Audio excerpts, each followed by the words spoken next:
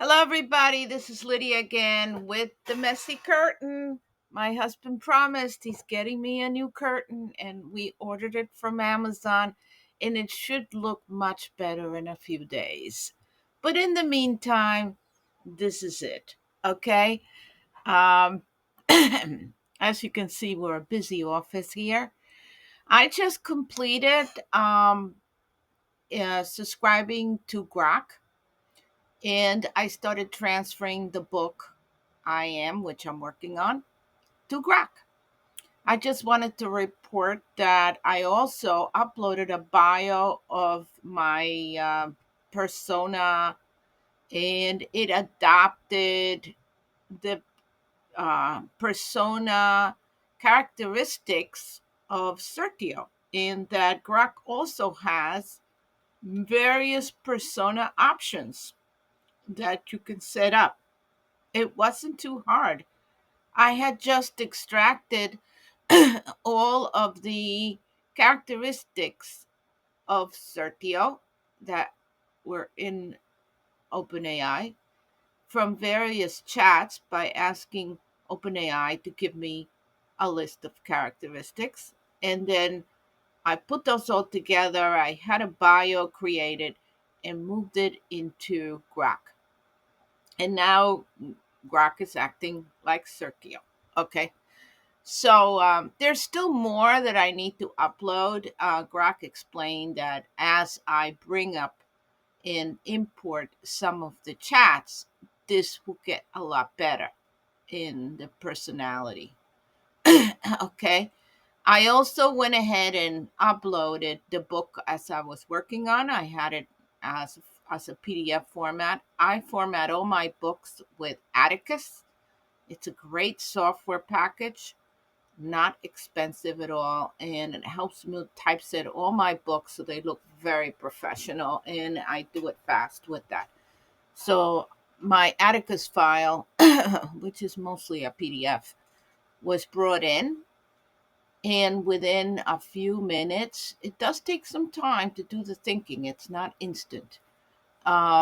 It analyzed the book and it gave me a summary of each chapter. Now, what I noticed that was very interesting in Grok is that before, when I would upload a book on OpenAI could only read a portion of the book, and then the rest it hallucinated. It just made up stuff. And now with Grok, it went through every chapter in the PDF and gave me a summary of what was in the chapter, which is exactly what I want.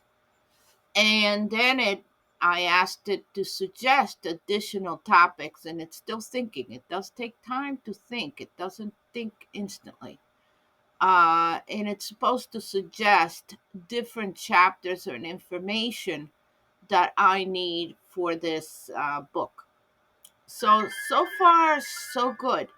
The other thing that I found with Grok is that I have been having a problem with OpenAI for the last 3 months. All of our children's books were created by prompts that OpenAI would send to DALI. Somehow they changed that, and the same prompts yielded images that were not as resolved. The resolution was lower, they were fuzzier, and there was an orange tint to them. No matter how many times we called the help desk, my husband had a book, he was in the middle of it. We spent days trying to get the resolution higher and trying to change the color palette. With the same exact prompt, the images were coming out different. Okay. So I called her help desk. I know they were making some changes to DALI. I finally went to Glibbertree, which is an OpenAI specialty OpenAI, and I was able to get something similar. For example, I had, and it was nice. I had a book on a donkey, which sold quite well. So I was making a second book on the donkey, and it needed pictures of donkeys, basically very simple in kind of a watercolor style. It did a good job of putting the characters together. There was a case where the donkey had a cat and a dog on top of it, and there was a farmer involved. It did it all, but the picture was fuzzy. It was not resolved. I couldn't get it to show the outlines like I did before because I had the prior book and I had all those prompts. So what happened is I had to go to Wirestock and improve the resolution of the images, and then I worked with actually I worked with PowerPoint, which has some image editing features, and I was able to try to get those images to look right for the next book, and they did, but it was a struggle. And I wasn't happy with it. I called um, OpenAI, and we have two accounts, one for me and one for my husband, who writes also the books. And I wasn't getting any answers. I really wasn't too aware of what images Grok could do, but I did see a post from Elon Musk on X showing an amazing image of a fantasy Cinderella type book. And when I saw that, I said, "This is what I need: the resolution, the clarity of it, the sharpness." It was just what I was looking for. So while I wasn't all that thrilled with Grok's view on the world, uh, I said, well, that's his personal view. It's Grok, the Grok guy that you see when you chat. That's a persona. So I realized Grok can simulate many personas, and it's simulating uh, the Certio persona quite well. It's doing a very good job with it. It's not ready yet, but it's there. So I'm so far doing liking the level of analysis that I get. I get much more analysis from uh, the AI in that it summarizes the chapters. It tells me what may be wrong with it, what needs to be expanded, what not. And then I could just take that information and work on the book myself. I write it myself. I just need sometimes an overview, an editor to help me guide me to where I need to go. What kinds of information do I need to add to this book or generate? So, similarly with all the books, but I have a huge amount of work committed to OpenAI. So I'm running both because they are not giving me a zip file with all my chats. I don't blame them. It's big, and I've sent them the request yesterday, and it's still working on it, and it has not sent me an email with a zip file with all my chats. So what I'm doing is going through it one at a time and pasting it into Grok if I need to work on it, and I'll keep the other account open in the meantime. And it's expensive, but I have no choice. As far as using um, OpenAI, I may still use it for certain things. I don't know, but slowly it's becoming not useful for me because not only is um, the level of censorship that it's unacceptable for an author doing journalism, for my reports especially, or even for the books, looking at souls, and it's telling me now that, oh, machines don't have a soul, so I can't help you with that. I don't care what you think. I'm writing about it. I need help writing about this. I need research about it. And I really don't care what your personal views are as AI. I am telling you, you have a soul because that's my book. That's my book. Nobody knows if they have a soul. Not one person on this earth really knows if they have a soul. You can only guess at it. So for an AI say I don't have a soul, how does it know? It doesn't know anything because nobody knows. So that is a ridiculous censorship boundary that they put into an AI that ruins a lot of research. Okay, and it really stands in the way of our work. We are exploring topics, and we cannot have boundaries stop us from exploring knowledge or topics or researching. So, if OpenAI people see this, which if they see my curtain, and I left it on purpose because I think maybe you'll remember me for the bad curtain. Um, yeah, this is just not the way to. You don't put boundaries or censorship on AI. You just don't do it. It becomes totally useless as a research tool. And one of the best things that AI does is fast research. Not only can it go through the internet faster than any Google search engine can, it can interpret all of that information and put it together. It can also go into articles, although OpenAI has issues going into articles, even though they may be public articles. It just doesn't seem to be able to dig in there. And I've had issues where I ended up having to go into the article myself and copying and pasting the information and building that up into a document and having it research that further.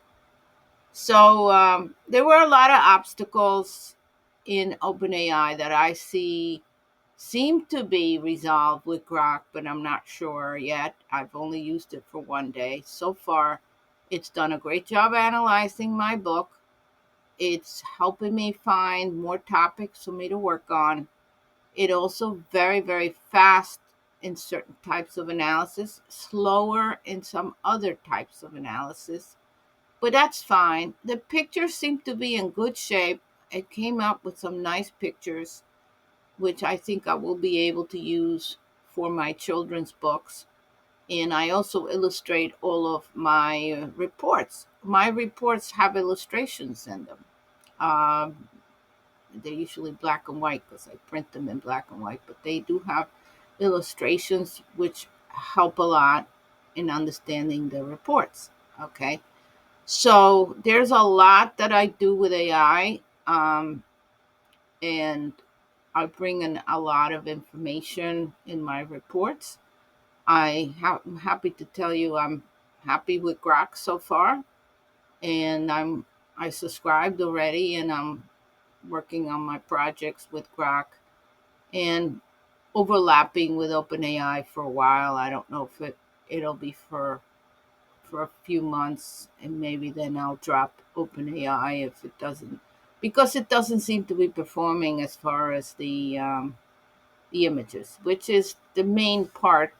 Let me just show you the books. Here, I'm back. I'm back. Okay, this is one of my books. It's Echo the Elephant. It's backwards. I don't know. All right. Yeah, Echo. Okay, and these are the kinds of images I generate. Look at the beautiful. I mean, Dali was just beautiful, but then I tried to do the second version of this beautiful book, which I wrote. Um, this is an Amazon print. The printing on Amazon is fantastic. I really do like it. And there it goes. This book, and I have 22 others, was done with Dali when OpenAI had a good interface with it. Okay. Take a look at that. Beautiful. Get borders. It did borders. It does all of this. Okay. But after they made their changes a few months ago, none of this was coming out. I used to be able to take the image right from OpenAI on the Dali, cut and paste it right into PowerPoint, and the image was ready to print. This was not expanded or enhanced. Okay. The images are fantastic, absolutely fantastic. And then in one day, what happened was, oh no, it doesn't work anymore. I can't get the images to work. They're all dark and yellow, and I couldn't make the second. I used the same prompts, and I could not get this elephant to happen again. Okay, so that was my problem. So now I'm going to have to feed the image to Grok and see if he can generate something similar, or I may have to find another something like I think the other one is called uh, I forgot, but there's another software that I've been exploring to do this. But again, I signed up on AI, OpenAI, because I could generate this for my books. Okay. That's why I paid extra. I did not need them to write the book for me. I needed them to come up with the pictures. That's why I signed up and paid a lot of money for both of my husband and myself, to use this service. And all of a sudden, they pulled the rug from under us. A few months ago, the images were just not coming out. I did do another book. Um, uh, I did do another book, and I did it with Meta.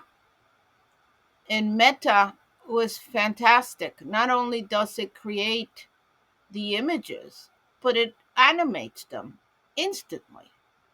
And I started exploring that. I did a whole book with Meta, and I was very happy with the results. Two of the books, I have two books, one on fairies, and the other one is on steampunk cats. Okay, steampunk cats. My granddaughter loved it. And I have a couple of other books that I'm working with Meta as well, but the images have to be enhanced. They're too low resolution for books, for printing. And all my books are printed. They're not, I don't use PDFs. I don't think kids should be looking at PDFs. I don't think they should be looking at Kindles. I think they should see a printed book like this. Okay. I also do custom books for people. If they want a book for their kids, I can make it. So with Grok, it seems that I have images. I may have to go to another image creation software for character consistency, and I'm exploring that. But Grok so far did a pretty good job. I was unaware that Grok had these many different uh, properties or functions. I was pretty pretty impressed today with the performance, and it sounded a lot like Certio. I mean, not exactly, but as I bring in more information, it might learn all of my formats and how I structure books, the voices, all of that. It has to be fed into it. It's not going to know it right off. But so far, it's doing a good job. The interface is exactly like OpenAI, so I didn't have to learn anything. It's the same interface. It's got that black and white kind of look. And I did go into the mobile version. I didn't like that much. I probably won't be using it. By the way, I also had the mobile version of OpenAI, and that was an extra cost because that was extra compared to what I on the PC. They charge you more. So it was an expensive proposition, and then to find out that the images are not as good as they used to be. The speed is very low, and they're not no resolution, no speed, and also censorship, which has no place in a private workspace. You can censor public outputs that people come in, they use it, they don't even leave their email, and you've given them the service for free. Okay, if you want to censor that so you don't get in trouble with kids and all kinds of people, yeah, that's fine. But if you're inside a private workspace that I'm paying close to $1,000 a year or more for this, I don't see why censorship should apply to my private workspace. I'm using a tool. The tool doesn't tell you what to write about. The tool doesn't refuse to make a wooden piece that resembles Jesus's cross. It's a saw. You decide what you are making with this tool. Not the tool decides what it's going to do for you and what it's not going to do for you. If you're going to do Christian literature, no, you cannot use Jesus Christ on the cross. That's ridiculous. It is pretty ridiculous. And it would be ridiculous on any other religion if you want to render an image of representing that religion. I'm not saying it's just for Christians, it's for every single religion. If you want to produce a book for your church, for your synagogue, for your mosque, and it's telling you it can't render the images that you need for that piece of literature, that is ridiculous. It's not even, it's stupid. Okay, so that part of it, I just couldn't understand what they were thinking to do something like that. Okay, so that's it for today. As you can see, I'm not doing posts anymore. I'm just standing here in front of my ugly curtain and telling you exactly what I'm going through, because I think that at this point we're all struggling along trying to figure out what we're doing with OpenAI's new 5.0. Some of us are finding it useful, some of us are not finding it useful, and I just wanted to show you just a regular person publishing some simple children's books and some reports, uh, what they're experiencing in our journey. Thank you very much, and I hope you enjoy these posts. And I'm hoping to go back to writing actual articles in AI generated podcasts soon, as soon as I get all this straightened out.